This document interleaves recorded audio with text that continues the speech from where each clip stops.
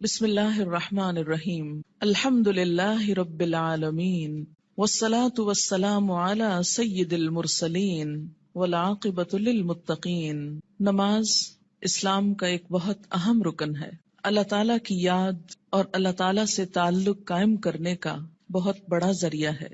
نبی اکرم صلی اللہ علیہ وسلم نے نماز کو اپنی آنکھوں کی ٹھنڈک قرار دیا۔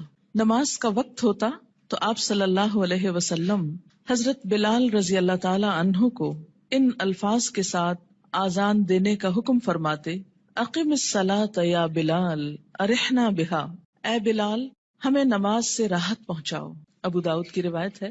نماز کو رسول اکرم صلی اللہ علیہ وسلم نے جنت میں جانے کی ضمانت قرار دیا۔ حضرت ربیعہ بن کعب اسلمی رضی اللہ تعالی عنہ رسول اللہ صلی اللہ علیہ وسلم کی خدمت میں حاضر رہتے اور نبی صلی اللہ علیہ وسلم کے لیے وضو کا پانی اور دوسری چیزیں لایا کرتے تھے۔ ایک مرتبہ آپ نے خوش ہو کر فرمایا: ربیعہ مانگو، کیا مانگتے ہو؟ حضرت ربیعہ رضی اللہ تعالی عنہ نے عرض کیا: یا رسول اللہ صلی اللہ علیہ وسلم، جنت میں آپ کا ساتھ چاہتا ہوں۔ آپ نے فرمایا: تو پھر سجدوں کی کثرت سے میری مدد کرو۔ یہ صحیح مسلم کی روایت ہے۔ یعنی اگر تمہارے نامہ اعمال میں سجدے زیادہ ہوئے تو میرے لیے تمہاری سفارش کرنا آسان ہو جائے گا۔ اللہ تعالیٰ نے قرآن پاک میں کامیاب لوگوں کی نشانی یہ بتائی ہے کہ وہ نماز کی پابندی کرتے ہیں۔ سورۃ المؤمنون آیت 9۔ سورۃ نور میں فرمایا کہ انہیں تجارت اور خرید و فروخت اللہ کی یاد اور نماز قائم کرنے اور زکوٰۃ دینے سے غافل نہیں کرتی۔ اللہ تعالیٰ نے نماز کو اقامت دین کی تمام تر جد و جہد کا حاصل قرار دیا۔ ارشاد باری تعالیٰ ہے: اگر ہم انہیں زمین میں اقتدار بخشیں، یعنی مسلمان زمین میں عروج کو پہنچے، طاقتور ہوں، تو وہ نماز قائم کریں گے، یعنی لوگوں کو اللہ کے آگے جھکائیں گے، زکوٰۃ ادا کریں گے، نیکی کا حکم دیں گے اور برائی سے منع کریں گے۔ یہ ایک اسلامی حکومت کی بنیادی خصوصیات ہیں۔ تکلیف، دکھ اور رنج کے وقت مومن کا یہی سب سے بڑا سہارا ہے۔ ارشاد باری تعالیٰ ہے: اے لوگو جو ایمان لائے ہو، اللہ سے صبر اور نماز کے ساتھ مدد مانگو۔ حضرت ابراہیم علیہ السلام اللہ تعالیٰ کے حکم پر اپنے اہل و عیال کو بیت الحرام کے پاس بے آب و گیاہ جگہ پر لے آئے تو بارگاہ رب العزت میں یہ دعا کی کہ میرے رب مجھے اور میری اولاد کو نماز قائم کرنے والا بنا۔ حضرت اسماعیل علیہ السلام کے جن اوصاف کا ذکر قرآن پاک میں آتا ہے، ان میں سے ایک یہ بھی ہے، وہ اپنے گھر والوں کو نماز اور زکوٰۃ کا حکم دیتے تھے۔ آپ صلی اللہ علیہ وسلم کو بھی اس بات کا حکم دیا گیا کہ آپ اپنے اہل و عیال کو نماز کا حکم دیں اور خود بھی اس کے پابند رہیں۔ قرآن کریم سے ہدایت حاصل کرنے والے خوش نصیب لوگوں کی اللہ تعالیٰ نے جو نشانیاں بتائی ہیں، ان میں سے ایک نشانی یہ بھی ہے کہ وہ نماز قائم کرنے والے لوگ ہیں۔ ذالک الکتاب لا ریب فیہ ھدی للمتقین الذین یؤمنون بالغیب ویقیمون الصلاۃ۔ نماز میں غفلت، کاہلی اور سستی سے کام لینے کو اللہ تعالیٰ نے منافقین کی نشانی بتایا ہے کہ اذا قاموا الی الصلاۃ قاموا کسالی، کہ منافق جب نماز کے لیے اٹھتے ہیں تو سستی کے ساتھ اٹھتے ہیں۔ یراؤن الناس، محض لوگوں کو دکھانے کے لیے، ولا یذکرون اللہ الا قلیلا، اور اللہ کو بہت کم ہی یاد کرتے ہیں، یعنی ان کو نمازوں میں بھی خدا یاد نہیں آتا۔ سورۃ ماعون میں اللہ تعالیٰ نے ان نمازیوں کے لیے ہلاکت اور تباہی بتائی جو نماز کے معاملے میں غفلت اور بے پرواہی سے کام لیتے ہیں۔ فویل للمصلین الذین هم عن صلاتهم ساہون۔ قرآن پاک میں اللہ تعالیٰ نے اقوام کی تباہی اور ہلاکت کا اصل سبب ترک نماز بتایا۔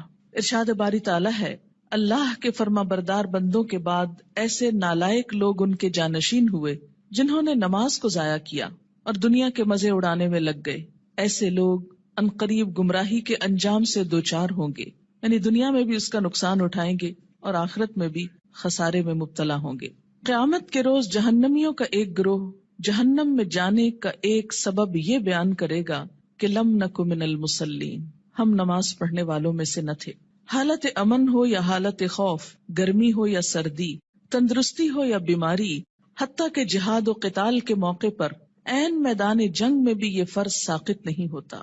رسول اکرم صلی اللہ علیہ وسلم 5 فرض نمازوں کے علاوہ نماز تہجد، نماز اشراق، نماز چاشت، تحیت الوضو، تحیت المسجد کا بھی اہتمام فرماتے تھے، اور پھر خاص خاص مواقع پر اپنے رب کے حضور توبہ استغفار کے لیے نماز ہی کو ذریعہ بناتے، یعنی صلاۃ توبہ.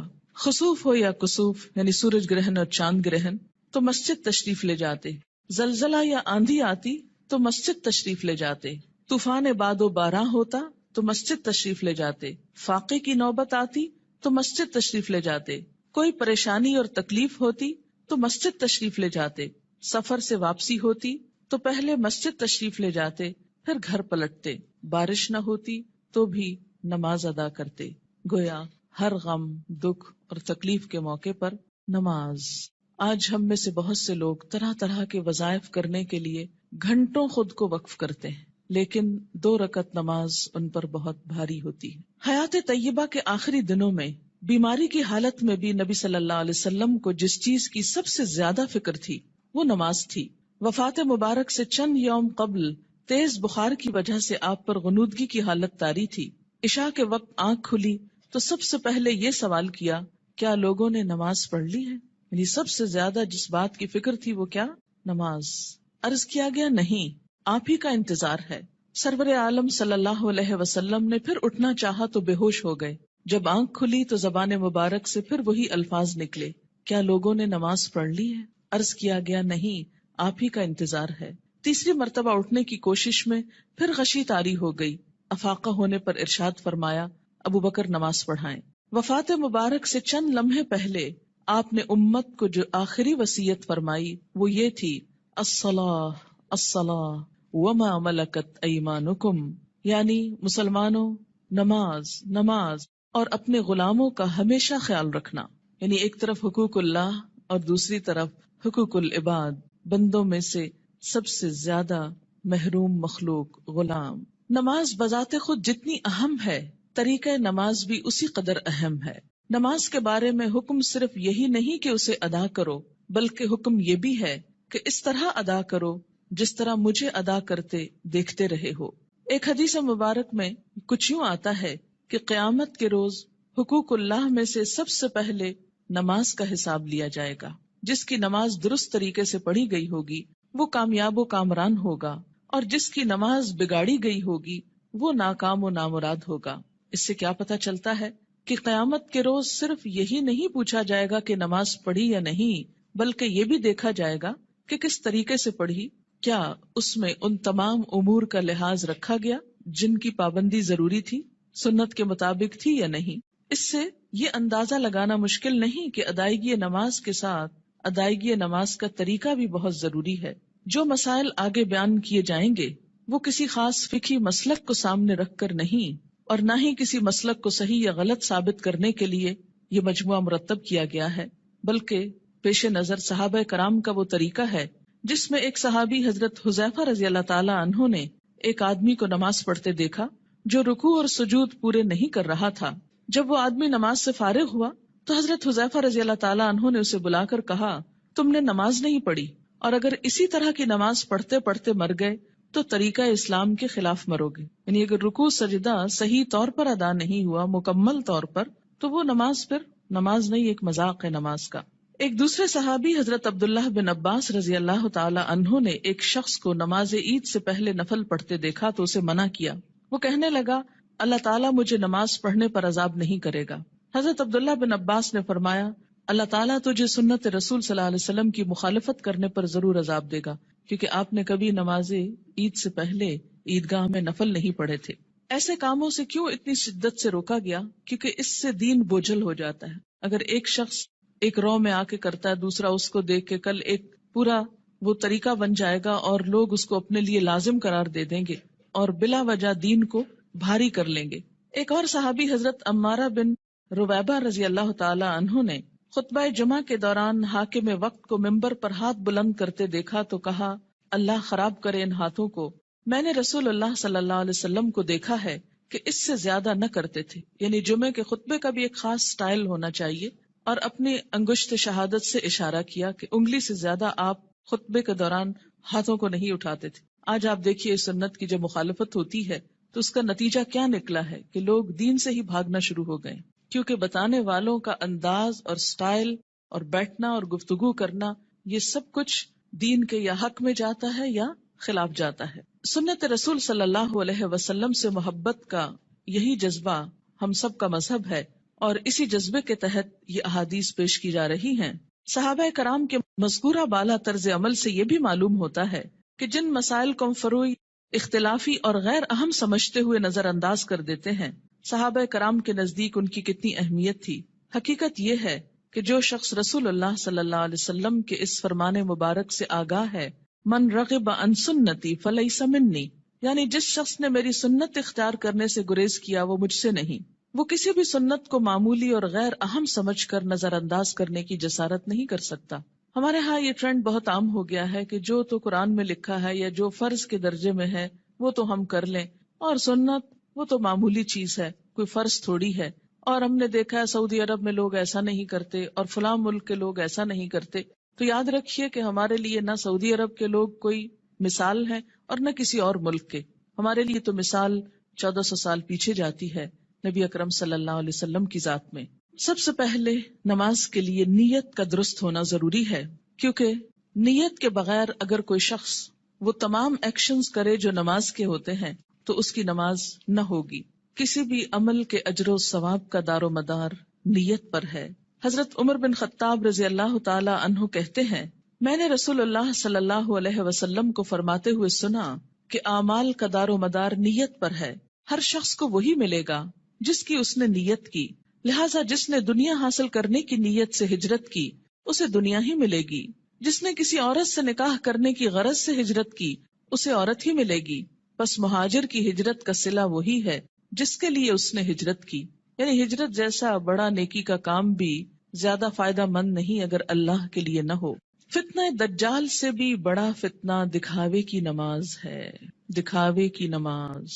عن ابی سعید رضی اللہ عنہ قال خرج علینا رسول اللہ صلی اللہ علیہ وسلم ونحن نتذاکر المسیح الدجال فقال الا اخبرکم بما هو اخوف علیکم عندی من المسیح الدجال فقلنا بلا یا رسول اللہ صلی اللہ علیہ وسلم قال الشرک الخفی ان یقوم الرجل فیصلی فیزید صلاته لما یرى من نظر رجل رواہ ابن ماجہ۔ حضرت ابو سعید رضی اللہ عنہ کہتے ہیں کہ ہم مسیح دجال کا ذکر کر رہے تھے، اتنے میں رسول اللہ صلی اللہ علیہ وسلم تشریف لائے اور فرمایا، کیا میں تمہیں دجال کے فتنے سے زیادہ خطرناک بات سے آگاہ نہ کروں؟ ہم نے عرض کیا، ضرور یا رسول اللہ صلی اللہ علیہ وسلم۔ آپ نے فرمایا، شرک خفی یعنی خفیہ شرک جس کو پروناؤنس نہ کیا جائے لیکن وہ دل میں چھپاؤ، یہ دجال سے بھی زیادہ خطرناک ہے، اور وہ یہ ہے کہ ایک آدمی نماز کے لیے کھڑا ہو اور نماز کو اس لیے لمبا کرے کہ کوئی آدمی اسے دیکھ رہا ہے، یعنی تنہائی میں نماز پڑھے تو چھوٹی سی پڑھ لے، قل هو اللہ پڑھ کے ختم کر دے، اور اگر لوگوں کے بیچ میں پڑھ رہا ہے، لوگوں کے ساتھ پڑھ رہا ہے تو صرف اس لیے لمبی کر دے کہ لوگ دیکھیں گے تو پھر ان کے نزدیک میں بہت نیک کہلاؤں گا۔ اسے شرک بھی کہا گیا، یعنی شرک خفی، اور اسے دجال کے فتنے سے زیادہ بدترین چیز قرار دیا گیا۔ اور یہ بندوں کو بھی دھوکہ دینا ہے اور اللہ کو بھی۔ منافقین کی ایک صفت ہم نے قرآن پاک میں پڑھی تھی کہ یخادعون اللہ والذین آمنوا، یعنی اپنے ساتھ والوں کو دھوکہ دینے کی بات ہے نا، کہ وہ سمجھیں گے کہ میں اتنا اچھا نمازی ہوں جبکہ ہوں نہیں، تنہائی میں پڑھوں تو کچھ اور پڑھتا ہوں۔ وما یخدعون الا انفسهم، ایسے لوگ محض اپنے آپ ہی کو دھوکہ دیتے ہیں۔ تو جیسی ہم اکیلے میں پڑھتے ہیں ویسی اگر سب کے سامنے پڑھ لیں گے تو کوئی ہم کو نہیں مارے گا، ہو سکتا ہے کوئی نوٹس بھی نہ کر رہا ہو ہم کیا کر رہے ہیں، کسی کو اتنی فرصت کہاں کہ وہ سب اپنے کام چھوڑ کے صرف یہ دیکھے کہ اس کی نماز کتنی لمبی اور چھوٹی۔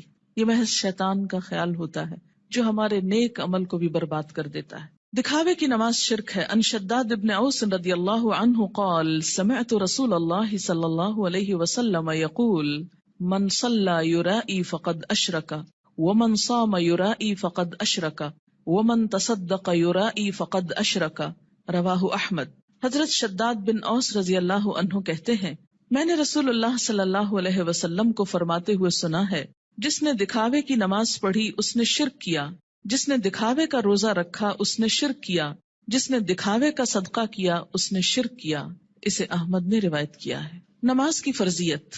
نماز اسلام کا دوسرا اہم رکن ہے۔ عن ابن عمر رضی اللہ عنہما قال قال رسول اللہ صلی اللہ علیہ وسلم بنی الاسلام علی خمس شہادت اللہ الہ الا اللہ وان محمدن رسول اللہ واقام الصلاۃ وایتاء الزکاۃ والحج وصوم رمضان رواہ البخاری۔ حضرت عبداللہ بن عمر رضی اللہ عنہ کہتے ہیں کہ رسول اللہ صلی اللہ علیہ وسلم نے فرمایا، اسلام کی بنیاد 5 چیزوں پر رکھی گئی ہے۔ اس بات کی شہادت، گواہی کہ اللہ کے سوا کوئی الہ نہیں اور محمد صلی اللہ علیہ وسلم اللہ کے رسول ہیں۔ نمبر 2، نماز قائم کرنا۔ نمبر 3، زکوٰۃ ادا کرنا۔ نمبر 4، حج کرنا۔ نمبر 5، رمضان کے روزے رکھنا۔ اسے بخاری نے روایت کیا ہے۔ ہجرت سے قبل 2 رکعت اور ہجرت کے بعد 4 رکعت نماز فرض ہوئی۔ یعنی نماز کی فرضیت کیسے ہوئی؟ مکہ میں کیسے تھی؟ ہجرت سے قبل 2 فرض اور بعد میں 4 ہو گئے اور فجر 2 ہی رہی۔ عن عائشہ رضی اللہ عنہا قالت فرض اللہ الصلاة حين فرضها ركعتين في الحضر والسفر فأقرت صلاة السفر وزيد في صلاة الحضر متفق علیہ۔ حضرت عائشہ رضی اللہ تعالی عنہا فرماتی ہیں، جب معراج کی رات اللہ تعالیٰ نے نماز فرض کی تو حضر و سفر، حضر کہتے ہیں حاضر ہونا، گھر میں رہنا، دونوں کے لیے 2 رکعت نماز فرض کی، بعد میں سفر کی نماز 2 رکعت برقرار رکھی گئی اور حضر کی نماز میں اضافہ کر دیا گیا۔ اسے بخاری اور مسلم نے روایت کیا ہے۔ نماز کی فضیلت، روزانہ باقاعدگی سے 5 نمازیں ادا کرنے سے تمام صغیرہ گناہ معاف ہو جاتے ہیں۔ ان ابی ہریرہ رضی اللہ عنہ قال قال رسول اللہ صلی اللہ علیہ وسلم ارأیتم لو ان نہرا بباب احدکم یغتسل فیہ کل یوم 5 ما تقول ذلك یبقی من درنہ قالوا لا يبقي من درنه شيئا قال فذلك مثل الصلوات الخمس يمحو الله بها الخطايا متفق علیہ۔ حضرت ابو ہریرہ رضی اللہ تعالی عنہ کہتے ہیں، رسول اللہ صلی اللہ علیہ وسلم نے فرمایا، تمہارا کیا خیال ہے اگر تم میں سے کسی کے دروازے پر نہر بہتی ہو اور وہ اس نہر میں ہر روز 5 مرتبہ نہائے تو کیا اس کے بدن پر کوئی میل کچیل باقی رہ جائے گا؟ صحابہ کرام نے عرض کیا، نہیں، کسی قسم کا میل کچیل باقی نہیں رہے گا۔ آپ صلی اللہ علیہ وسلم نے فرمایا، یہی 5 نمازوں کی مثال ہے، اللہ تعالیٰ ان نمازوں کے ذریعے گناہ مٹا دیتا ہے۔ اسے بخاری اور مسلم نے روایت کیا ہے۔ یاد رکھیے کہ کچھ گناہ ایسے ہوتے ہیں کہ جن کو نیکیاں مٹاتی چلی جاتی ہیں۔ ان الحسنات یذہبن السیئات، اس میں کیا چیز آتی ہے؟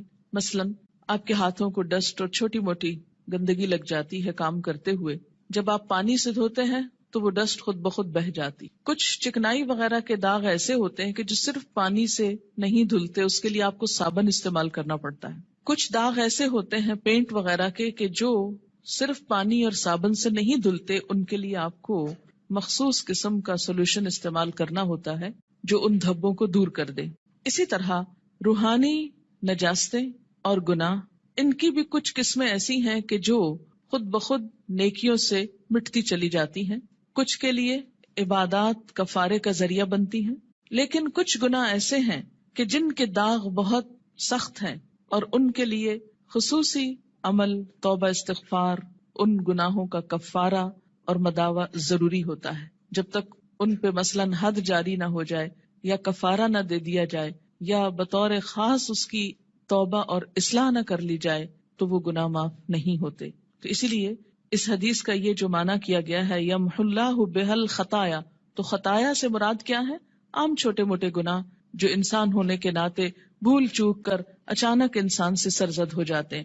آپ منہ سے کچھ کہنے چلے تھے، کچھ اور کہہ بیٹھے، آپ کی نیت نہیں تھی، ارادہ نہیں تھا، اچانک ہی کچھ ہو گیا، پھر احساس ہوتا ہے، پھر آپ دوبارہ اس کی اصلاح کرتے ہیں، لیکن بسا اوقات وہ بھی بھول جاتے ہیں۔ تو ایسے میں کیا ہے کہ جو چیزیں انجانے میں نہ چاہتے ہوئے انسان سے ہو جائیں تو اللہ تعالیٰ انسان کے گناہوں کو مختلف عبادات کے ذریعے دھوتا رہتا ہے۔ نماز گناہوں کی آگ کو ٹھنڈا کرتی ہے۔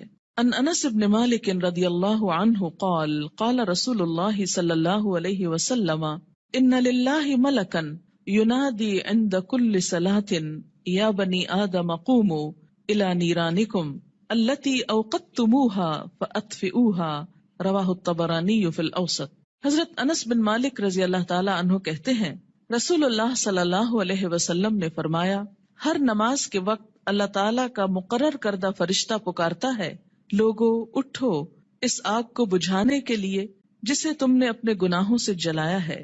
یعنی انسان کے گناہ انسان کے لیے جہنم کی آگ تیار کرتے ہیں، لیکن جب انسان نماز پڑھتا ہے آگ بجھ جاتی. 5 نمازیں باقاعدگی سے ادا کرنے والا قیامت کے دن صدیقین اور شہداء کے ساتھ ہوگا.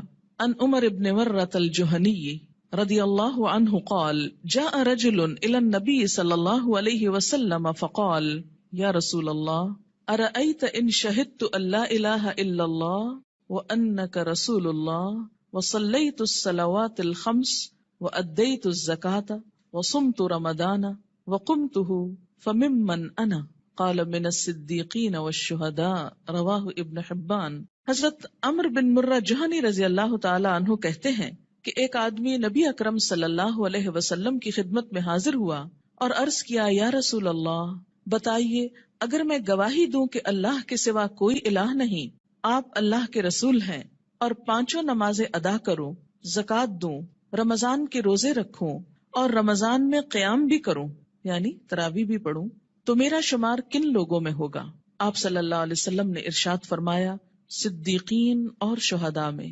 اسے ابن حبان نے روایت کیا ہے. یعنی فرائض کا پورا کرنے والا بلند درجے رکھتا ہے، الا یہ کہ وہ بندوں کے حقوق میں ایسی کمی کرے کہ جس سے اس کے فرائض کا اجر بھی ختم ہو جائے. رات کی تاریکی میں مسجد میں آنے والے نمازیوں کے لیے قیامت کے دن مکمل نور کی خوشخبری ہے. ان بریدہ رضی اللہ عنہ ان النبی صلی اللہ علیہ وسلم قال بشر المشائین فی الظلم الى المساجد بالنور التام یوم القیامہ رواہ ابو داود والترمذی. حضرت بریدہ رضی اللہ تعالی عنہ روایت کرتے ہیں کہ نبی اکرم صلی اللہ علیہ وسلم نے فرمایا اندھیرے میں مسجدوں کی طرف چل کر جانے والوں کو قیامت کے دن مکمل روشنی کی خوشخبری دے دو. یہ تو آپ سب جانتے ہیں نا کہ حشر کے میدان میں بہت اندھیرا ہوگا، لیکن کچھ لوگوں کے پاس نور ہوگا، کچھ کے پاس ہوگا پھر چھین لیا جائے گا منافقوں سے. اور یہ نور کون سا نور ہوگا؟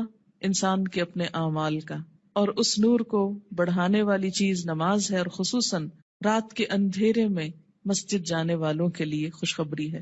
عورتوں کے لیے گھر میں ہی یہ نماز پڑھنے کا اجر ہے، اور اگر وہ مسجد نہیں بھی جا پاتی تو انشاءاللہ پابندی سے نماز ادا کرنے کی صورت میں وہ اس اجر سے محروم نہیں رہیں گی. نور کی وہ دعا بھی سکھائی گئی نا کہ ربنا اتمم لنا نورنا، اللہ ہمارا نور ہم پہ مکمل کر دے. کہ حشر کے میدان میں یہ دعا مانگیں گے اہل ایمان اس پریشانی سے کہ کہیں ان کا نور ان سے چھین نہ لیا جائے. مسجد میں آنے والے نمازی اللہ کے ملاقاتی ہیں جن کی اللہ تعالیٰ عزت فرماتا ہے. وَأَن سلمان رضی اللہ عنہ ان النبی صلی اللہ علیہ وسلم قال من تودأ فی بیتہ فاحسن الوضوء ثم اتى المسجد فهو زائر اللہ وحق علی المزور ان یکرم الزائر رواہ الطبرانی. حضرت سلمان رضی اللہ تعالی عنہ سے روایت ہے کہ نبی اکرم صلی اللہ علیہ وسلم نے فرمایا جس نے اپنے گھر میں اچھی طرح وضو کیا اور پھر مسجد میں آیا وہ اللہ کا ملاقاتی ہے، اور میزبان کے لیے ضروری ہے کہ وہ اپنے ملاقاتی کی عزت کرے. قیامت کے دن ایسے لوگوں کو عزت کے ساتھ جنت میں رکھا جائے گا، عزت کا لباس پہنایا جائے گا اور عزت کا مقام دیا جائے گا. وَلَهُمْ أَجْرٌ کریم کی جو بات آتی ہے، کریم عزت والا.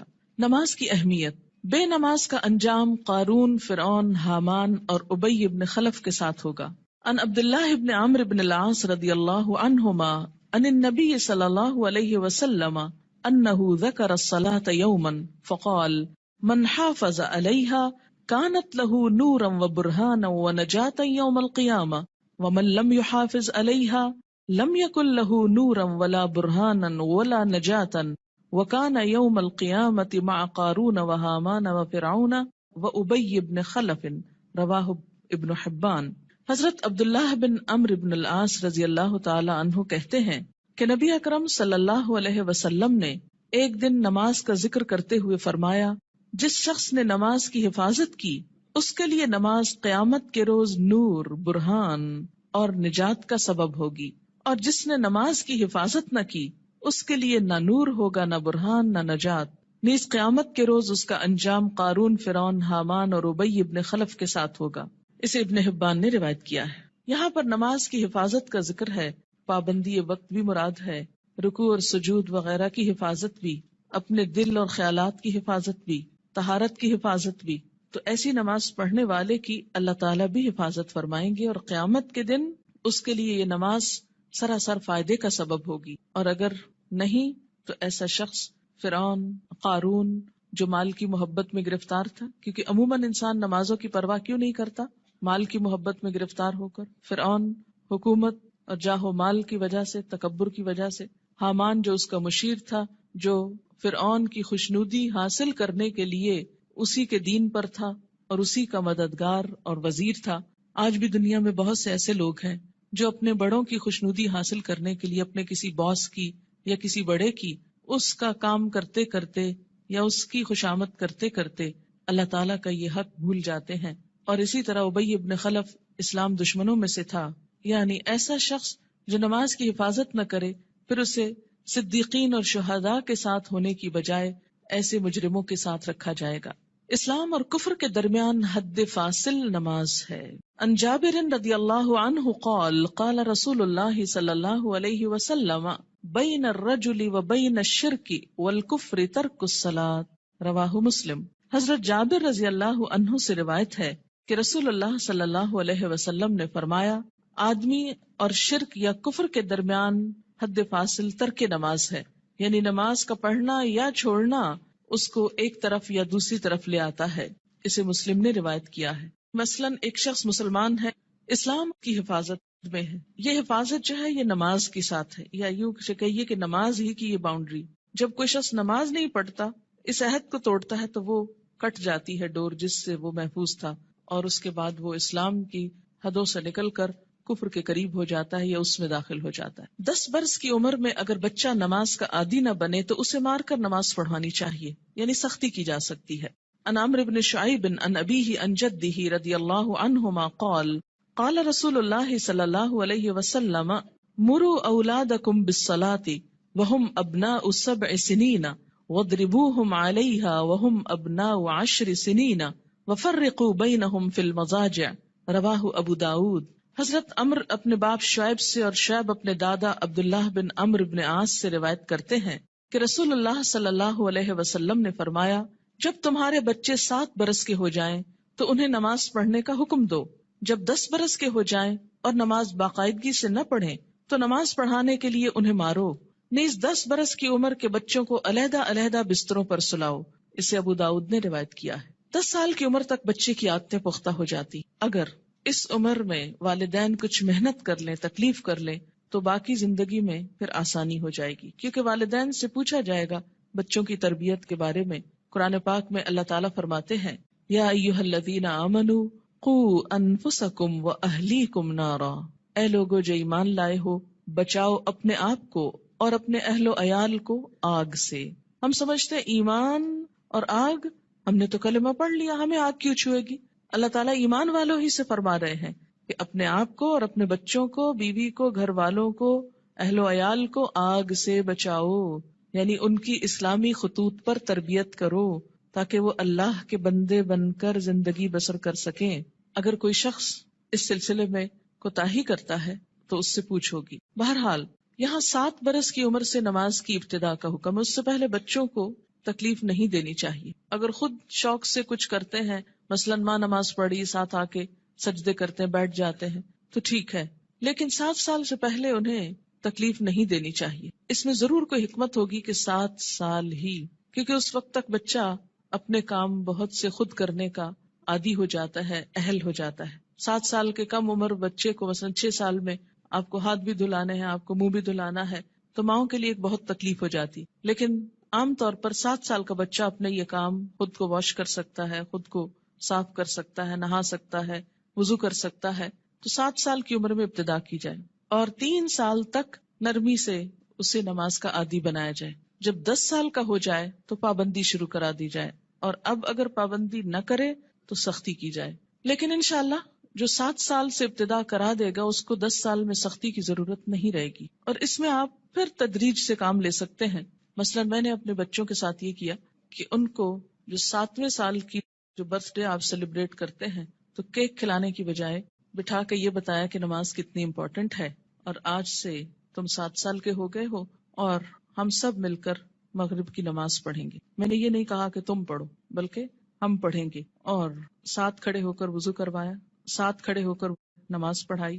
اس سے بچے کو کچھ بھی مشکل نہیں ہوئی. نماز سے پہلے وضو ایک مشکل کام ہوتا ہے، جو وہ مرحلہ پار کر جائے اس کے لیے اگلا مرحلہ آسان ہو جاتا ہے. تو مائیں اگر وضو کرتے وقت تھوڑا سا وقت 5-7 منٹ لگائیں اور ساتھ وضو کرائیں، اس سے وضو کی بھی اصلاح ہوگی انشاءاللہ، کہ دیکھا جائے گا کہ وہ اپنے کپڑے تو نہیں بھگو رہے یا باتھ روم تو نہیں بھگو رہے. کیونکہ بہت دفعہ دیکھنے میں آتا ہے اب تک کہ بچے تو کیا، بڑے بڑے میچور لوگ جب کسی واش روم سے نکلتے ہیں تو سارا واش روم یوں لگتا ہے جیسے کوئی نہا کے نکلا ہو یہاں سے. کبھی سمجھ نہیں آئی کہ اس قدر پانی گرانے کی، کہ جو سنک سے باہر زمین پر بھی پورا پھیل جائے اور کپڑے بھی اور سب کچھ گندا کرے، اس کی آخر کیا وجہ ہے اور اس کی ضرورت کیا ہے. جب ہم وضو کرتے ہیں تو نہاتے تو نہیں ہیں، لیکن منظر باتھ روم میں نہانے کا ہی نظر آتا ہے. خیر، اب دیکھیں کہ بچوں کو جب وضو کرائیں تو اس وقت بھی انہیں بتائیں کہ پانی بہت نہیں استعمال کرنا، اور کس طریقے سے وہ کریں گے. انشاءاللہ اس کا طریقہ آگے پورا آئے گا، آپ اپنا سب چیک کر لیجئے، بچوں کا بھی کر لیجئے.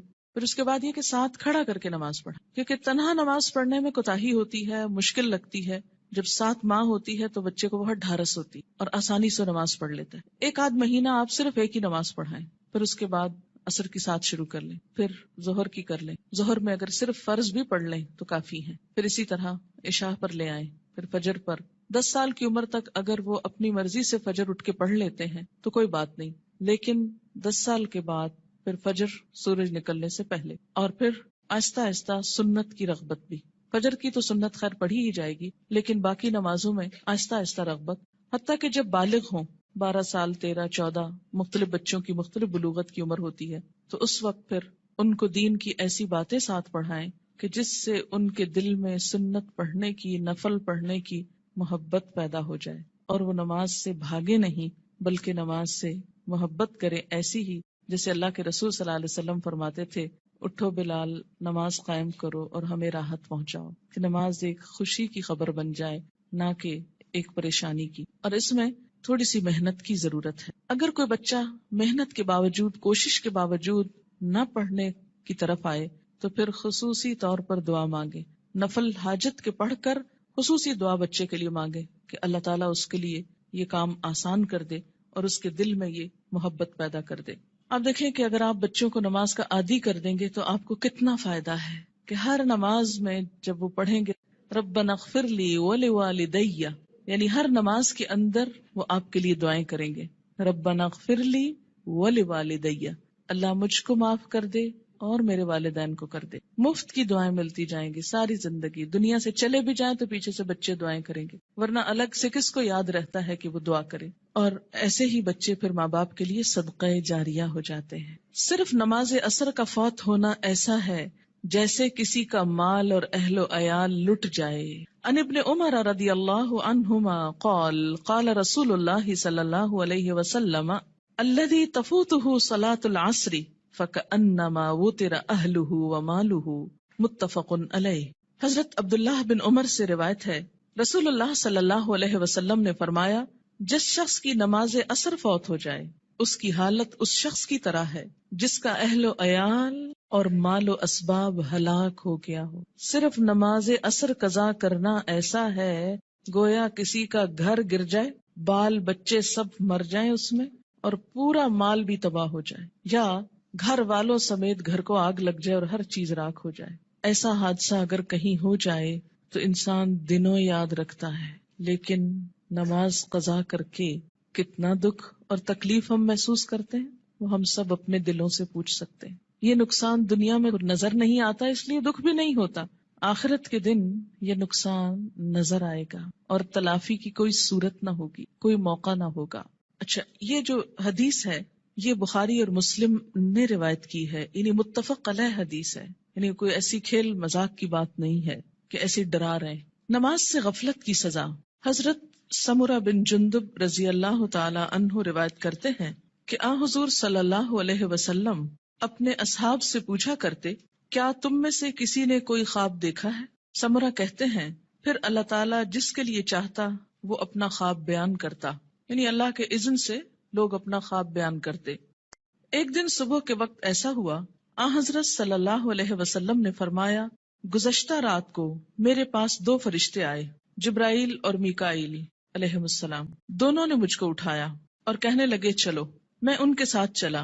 ایک آدمی کے پاس پہنچے جو کروٹ پر لیٹا ہے، یعنی پہلو پہ لیٹا ہوا ہے، اور دوسرا شخص جو ایک فرشتہ ہے پتھر لیے ہوئے اس کے سر پہ کھڑا ہے. وہ کیا کرتا ہے؟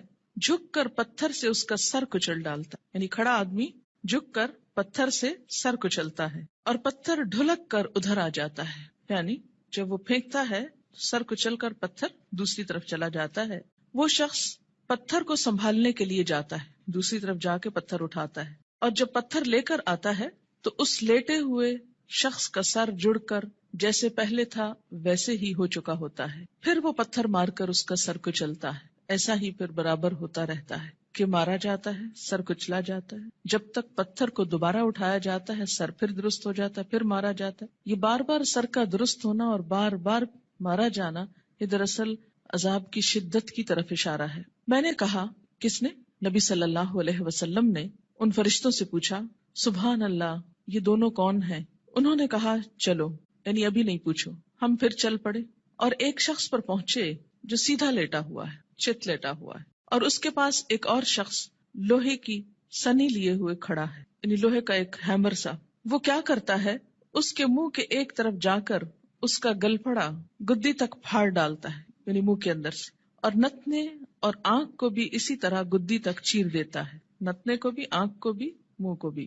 پھر منہ کی دوسری طرف جا کر بھی ایسا ہی کرتا ہے، اور جب ایک طرف کا چیرتا ہے تو دوسری طرف جا کر بھی ایسا ہی کرتا ہے، اور جب ایک طرف چیر چکا ہوتا ہے تو دوسری طرف بالکل درست ہو چکی، نہیں پہلے ایک طرف پھر دوسری طرف، اتنے میں پہلا درست ہو چکا ہوتا ہے، اور پھر وہ اسی طرح اس کو چیرتا ہے، پھر وہ درست ہو جاتا ہے. ایسا ہی برابر ہو رہا ہے. میں نے اپنے ساتھ والے فرشتوں سے پوچھا، سبحان اللہ، یہ دونوں کون ہیں؟ انہوں نے کہا چلو چلو، یعنی ابھی آگے چلتے ہیں، ابھی نہ پوچھو. خیر، پھر ہم تینوں چلے. ایک گڑھے پر پہنچے جو تندور کی طرح تھا. سمرہ بن جندب رضی اللہ تعالی عنہ کہتے ہیں، میں سمجھتا ہوں کہ حضور صلی اللہ علیہ وسلم نے یہ بھی فرمایا، اس تندور میں غل اور شور ہو رہا تھا. ہم نے جو جھانک کر دیکھا تو اس میں مرد اور عورتیں ہیں، لیکن سب ننگے، اور جب ان کے نیچے سے آگ کی لپٹ ان پر آتی ہے تو چلاتے ہیں. میں نے اپنے ساتھ والے فرشتوں سے پوچھا، یہ کون لوگ ہیں؟ انہوں نے کہا چلو، یعنی ابھی آگے چلتے ہیں. خیر، پھر ہم تینوں چلے اور ایک ندی پر پہنچے. سمرہ کہتے ہیں، میں سمجھتا ہوں کہ حضرت صلی اللہ علیہ وسلم نے فرمایا، اس کا پانی، ندی کا پانی خون کی طرح سرخ تھا، اور ایک شخص اس ندی میں تیر رہا تھا. ندی کے کنارے ایک اور شخص کھڑا تھا جس نے اپنے سامنے بہت سے پتھر اکٹھے کر رکھے تھے. یہ شخص جو ندی میں تیر رہا تھا، تیرتے تیرتے اس کنارے والے شخص کے پاس آتا اور اپنا منہ کھول دیتا. وہ اس کے منہ میں ایک پتھر دے دیتا، پھر ندی میں چل دیتا، پھر لوٹ کر آتا تو کنارے والا شخص ایک اور پتھر اس کے منہ میں دے دیتا. غرض جب وہ لوٹ کر آتا یہی ہوتا. میں نے اپنے ساتھ والے فرشتوں سے پوچھا، یہ دونوں کون ہیں؟ انہوں نے کہا چلو چلو چلو، چلتے ہیں. خیر، پھر ہم تینوں چلتے چلتے ایک نہایت بدصورت بد شکل مرد کے پاس پہنچے، بہت ہی بدصورت جو تم نے کبھی بھی دیکھا ہو. وہ کیا کر رہا تھا؟ آگ سلگا رہا تھا اور اس کے گرد دوڑ رہا تھا. میں نے اپنے ساتھ والے فرشتوں سے پوچھا، یہ کون ہے؟ انہوں نے کہا چلو چلتے ہیں. پھر ہم تینوں چلے. چلتے چلتے ایک بہت گھنے سبز باغیچے پر پہنچے. اس میں ہمہ قسم کے پھول تھے، یعنی ہر طرح کے پھول تھے. اس کے بیچوں بیچ ایک لمبے قد کا آدمی تھا، اتنا لمبا کہ مجھ کو اس کا سر دیکھنا مشکل ہو گیا، اور اس کے گرد بہت سے لڑکے جمع ہیں. اتنے لڑکے میں نے کبھی نہیں دیکھے. میں نے اپنے ساتھ والے فرشتوں سے پوچھا، یہ لمبا شخص کون ہے اور یہ لڑکے کون ہیں؟ انہوں نے کہا چلو چلتے ہیں، ابھی نہ پوچھو. خیر، پھر ہم تینوں چلے اور ایک بڑے باغ پر پہنچے. ایسا بڑا باغ اور عمدہ باغ میں نے کبھی نہیں دیکھا. میرے ساتھ والے فرشتوں نے مجھ سے کہا، اس باغ میں ایک درخت تھا، اس پر چڑھ جا. ہم تینوں اس پہ چڑھ گئے اور جاتے جاتے ایک شہر پر پہنچے جو سونے چاندی کی اینٹوں سے بنایا گیا تھا. ہم نے اس شہر کے دروازے پر آ کر دروازے کو کھلوایا. دروازہ کھولا گیا، ہم اس کے اندر گئے. وہاں ہم کو ایسے آدمی ملے کہ ان کا آدھا دھڑ تو نہایت خوبصورت، بہت ہی خوبصورت جو کبھی تم نے دیکھا ہو، اور آدھا بدصورت. میرے ساتھ والے فرشتوں نے ان سے کہا، جاؤ اس ندی میں گر پڑو، غوطہ لگاؤ. وہاں ایک اور ندی دکھائی دی جو چوڑائی میں بہ رہی تھی. اس کا پانی دودھ کی طرح سفید تھا، غرض یہ آدمی اس ندی میں کود پڑے، پھر جو لوٹ کر ہمارے پاس آئے تو ان کی بدصورتی جاتی رہی، ان کا پورا جسم خوبصورت ہو گیا۔ اب میرے ساتھ والے فرشتے کہنے لگے یہ شہر جنت العدن ہے، قرآن پاک میں آتا ہے نا جنات و عدن، ہمیشہ رہنے والا باغ، ایور گرین، اور یہی تمہارا مقام ہے۔ میری آنکھ جو اوپر اٹھی تو کیا دیکھتا ہوں، ایک محل ہے سفید ابر کی طرح، یعنی بادل کی طرح۔ ان فرشتوں نے کہا یہ تمہارا گھر ہے۔ میں نے کہا اللہ تم کو برکت دے، مجھ کو چھوڑو میں اپنے گھر میں جاؤں۔ انہوں نے کہا نہیں، ابھی تم اس گھر میں نہیں جا سکتے، لیکن بعد میں تم اس میں داخل ہوگے۔ میں نے کہا اچھا خیر، اس رات کو میں نے جو عجیب عجیب باتیں دیکھی تو ان کی حقیقت بیان کرو۔ انہوں نے کہا ہاں، اب ہم تم سے ان کی حقیقت بیان کرتے ہیں۔ پہلا شخص جو تم نے دیکھا جس کا سر پتھر سے کچلا جا رہا تھا، یہ وہ شخص ہے جس نے قرآن سیکھ کر اس کو چھوڑ دیا تھا۔ فرض نماز کا وقت قضا ہو جاتا اور وہ سویا رہتا، یعنی ایک ہی شخص کے دو عیب تھے۔ نمبر ایک، قرآن سیکھ کر اس کو چھوڑ دیا، یعنی پھر ویسا ہی ہو گیا جیسے اس نے کبھی اس کو پڑھا ہی نہ تھا۔ اور دوسرا قصور، فرض نماز کا وقت قضا ہو جاتا اور وہ سویا رہتا، جیسے فجر کے وقت نہ اٹھنا خاص طور پر۔ وہ شخص جس کے گل پھڑے اور نتنے اور آنکھیں گدی تک چیر رہے تھے، وہ دنیا میں کیا کرتا تھا؟ صبح کو گھر سے نکلتے ہی ایک جھوٹی خبر تراشتا، لوگوں سے کہتا، یعنی پھر بیان کرتا، وہ خبر سارے جہان میں پھیل جاتی۔ یعنی مشغلے کے طور پر کیا اس نے کام اپنا رکھا تھا؟ جھوٹی خبر گھڑنا اور اس کو پھیلا دینا، اور وہ سارے جہان میں پھیل جاتی۔ اور ننگے مرد اور عورت جو تم نے تندور میں دیکھے، وہ زنا کرنے والے اور زنا کرنے والیاں ہیں، یعنی وہ مرد اور عورت جن کے ایکسٹرا میریٹل ریلیشنز تھے دنیا میں۔ اور وہ شخص جو ندی میں تیر رہا تھا، اس کے منہ میں پتھر دیے جاتے تھے، یہ سود خور ہے۔ اور وہ بدصورت شخص جو آگ سلگا رہا تھا اور اس کے گرد دوڑ رہا تھا، وہ دوزخ کا داروغہ ہے۔ اس کا نام کیا ہے؟ قرآن پاک میں کیا آتا ہے؟ مالک، مالک نامی۔ لمبا شخص جو باغیچے میں ملا تھا، وہ ابراہیم علیہ السلام پیغمبر ہیں۔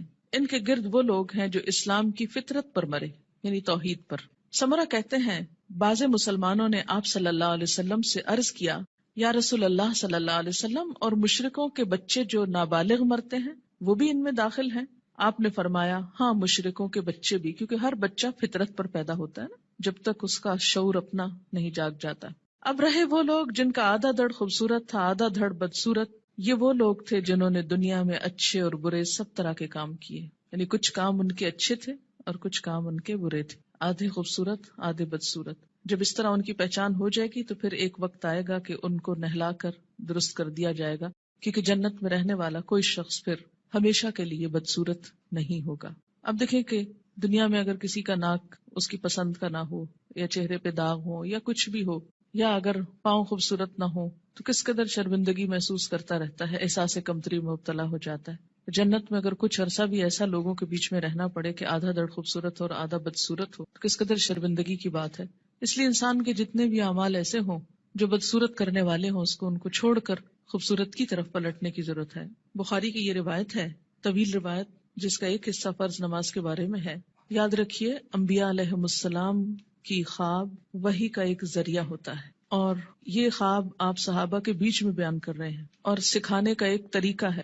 انبیاء علیہم السلام کو وحی بسا اوقات خواب میں بھی آتی۔ حضرت عائشہ رضی اللہ تعالی عنہا کا بیان ہے کہ نبی صلی اللہ علیہ وسلم پر وحی آنے کی ابتدا ہی سچے خوابوں سے ہوئی تھی۔ انبیاء علیہم السلام کے خواب بھی سچے ہوتے ہیں، اور خواب میں بھی جو سین ان کو دکھائے جاتے ہیں، جو باتیں ان کو دکھائی جاتی ہیں، وہ بالکل سچ ہوتی ہیں، حقیقت۔ تو یہاں پر آپ صلی اللہ علیہ وسلم کو بذریعہ خواب دکھایا گیا کہ ایک شخص ہے جس کا سر پتھر سے کچلا جا رہا ہے، اور پھر ٹھیک ہو جاتا، اور پھر اب آپ دیکھیے کہ جو شخص قرآن یاد کر کے بھلا دیتا ہے، ایک تو حافظ کا انجام بتایا گیا۔ میں آپ لوگوں کو یہ نصیحت کروں گی کہ جب تک بچوں کا اپنا رجحان نہ ہو، اپنا شوق نہ ہو، خدا کے لیے ان کو حفظ نہ کرائیں۔ کیوں؟ اس لیے کہ وہ ماں باپ کے کہنے میں آ کے کر تو لیتے ہیں، لیکن بعد میں اس کی حفاظت نہیں کرتے۔ ماں باپ کیوں اتنا اصرار کرتے ہیں ان کو حفظ کرانے پر؟ ریسنٹلی مجھے کسی نے بتایا کہ وہ خود نماز نہیں پڑھتے لیکن بچوں کو حفظ کرانے کا بہت شوق رکھتے ہیں۔ میں نے کہا ایسی بھی کیا بات ہوئی؟ اس لیے کہ وہ یہ چاہتے ہیں کہ بچے ان کو بخشوا سکیں، بچے حافظ بن جائیں اور ماں باپ کی بخشش کرا سکیں۔ تو جہاں اپنی بخشش کے لیے خود تو نماز پڑھی نہ جائے لیکن بچوں کو حافظ بنا دیا جائے، تو وہ بچے بھی کتنا یاد رکھیں گے، اور باپ کو سوتے دیکھیں ساری زندگی تو وہ کتنی نماز پڑھیں گے اور کتنا قرآن پڑھیں گے تو اللہ ہی جانتا ہے۔ اللہ تعالیٰ یخرج الحی من المیت و یخرج المیت من الحی، زندہ سے مردہ اور مردہ سے زندہ کو نکالتا ہے، بے عمل سے باعمل بچے کو پیدا کر سکتا ہے، یہ اس کی شان ہے. لیکن ہم اپنی کوششوں کو بھی دیکھیں کہ ہم کیا کر رہے ہیں. اور اس میں فرض نماز پڑھے بغیر سو جانا میں فجر کی نماز بھی ہو سکتی ہے اور عشاء بھی ہو سکتی ہے، یا پھر ظہر پڑھے بغیر سو جانا، یا پھر عصر کے لیے اٹھنا ہی نہیں، سوئے چلے جانا. نماز فجر اور عشاء کے لیے مسجد میں نہ آنا نفاق کی علامت ہے. باجماعت نماز نہ پڑھنے والے لوگوں کے گھروں کو رسول اکرم صلی اللہ علیہ وسلم نے جلانے کا ارادہ فرمایا. عن ابی ہریرہ رضی اللہ عنہ قال قال رسول اللہ صلی اللہ علیہ وسلم لیس صلاة اسقل علی المنافقین من الفجر والعشاء ولو يعلمون ما فيهما لآتوهما ولو حبوا لقد هممت ان آمر المؤذن فيقيم ثم آمر رجلا يؤم الناس ثم آخذ شعلا من نار فأحرق على من لا يخرج إلى الصلاة بعد. متفق علیہ. حضرت ابو ہریرہ رضی اللہ تعالی عنہ کہتے ہیں کہ رسول اللہ صلی اللہ علیہ وسلم نے فرمایا، منافقوں پر فجر اور عشاء کی نماز سے زیادہ بھاری کوئی نماز نہیں ہے. اگر انہیں پتہ چل جائے کہ دونوں نمازوں کا ثواب کتنا زیادہ ہے تو ان دونوں نمازوں میں ضرور آتے، خواہ گھٹنوں کے بل ہی آنا پڑتا. چل نہ سکتے تو رینگ کر آتے، جیسے بچے رینگتے ہیں، کرال کرتے ہیں، کرال کرتے ہوئے آتے. میں نے ارادہ کیا کہ مؤذن کو حکم دوں وہ اقامت کہے، پھر ایک آدمی کو حکم دوں کہ وہ لوگوں کی امامت کرائے، اور خود آگ کا ایک شعلہ لے کر